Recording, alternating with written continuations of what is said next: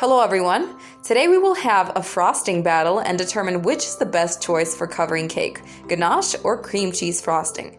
By the way, we have lessons on both kinds of frosting on our online school website, so make sure to check it out. The link is provided below the video. For fair comparison, we identified 5 key indicators. The first indicator is ease of use. Cream cheese frosting should be used fresh. It cannot be stored in the freezer for more than 72 hours.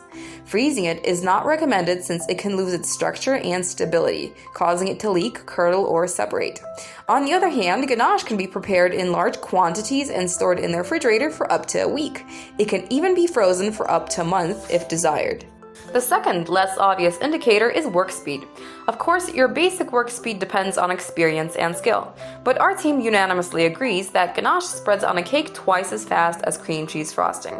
It is easier to apply, doesn't bubble, and holds its shape better. The working consistency of ganache is softer and more pliable, while cream cheese frosting is thicker. Otherwise, it will simply drip off the cake. However, this may not necessarily apply to beginners.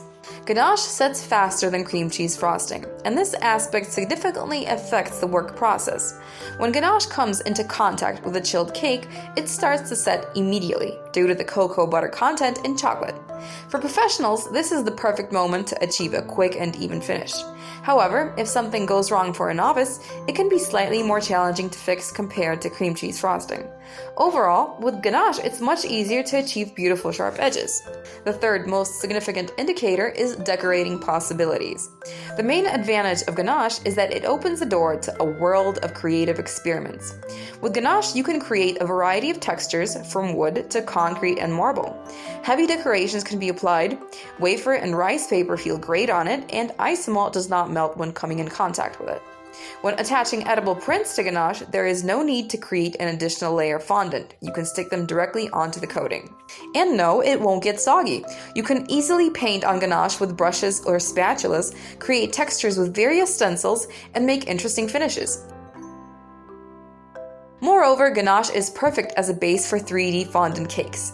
Handbags, sneakers, chests, cars, mountains, all these cakes should be covered with ganache. On the other hand, decor such as berries, beads, inscriptions, or candy is much more convenient to fix on a cake covered with cream cheese frosting. It sticks to it perfectly, and there is no need to individually attach each piece first onto chocolate like with ganache. Cream cheese frosting is perfect for bento cakes. It works great for making small flowers, simple drawings, and various inscriptions. The popular wave decoration is also created with cream cheese frosting. You can create a beautiful smooth color gradient and experiment with colored strokes. This season, it's also perfect for trendy Lambeth ruffles. You can add freeze-dried or crushed berries to it, nut pastes, chocolate crumbs, or Oreo cookies. I'll leave a link to useful lessons on ganache and cream cheese frosting for you below the video. We've been using these recipes ourselves for several years and will be happy to teach you too. Thanks to these lessons, you will discover 4 types of ganache and 3 types of cream cheese frosting. The main advantage is that all the recipes have been developed and tested over years of practice. So give yourself the freedom to create and we will help you along. The fourth indicator is transportation and cake delivery. Ganache is the most stable frosting for covering cakes. Being dense and reliable, it withstands long transportation even in hot weather. We cover almost all multi-tiered cakes with ganache. This simplifies the process of assembling tiers, and we are confident that the cake will arrive intact. And remember those stunning shots from social media where tiers are taken by hand and stacked on top of each other? That's just ganache coating. It won't work with cream cheese frosting.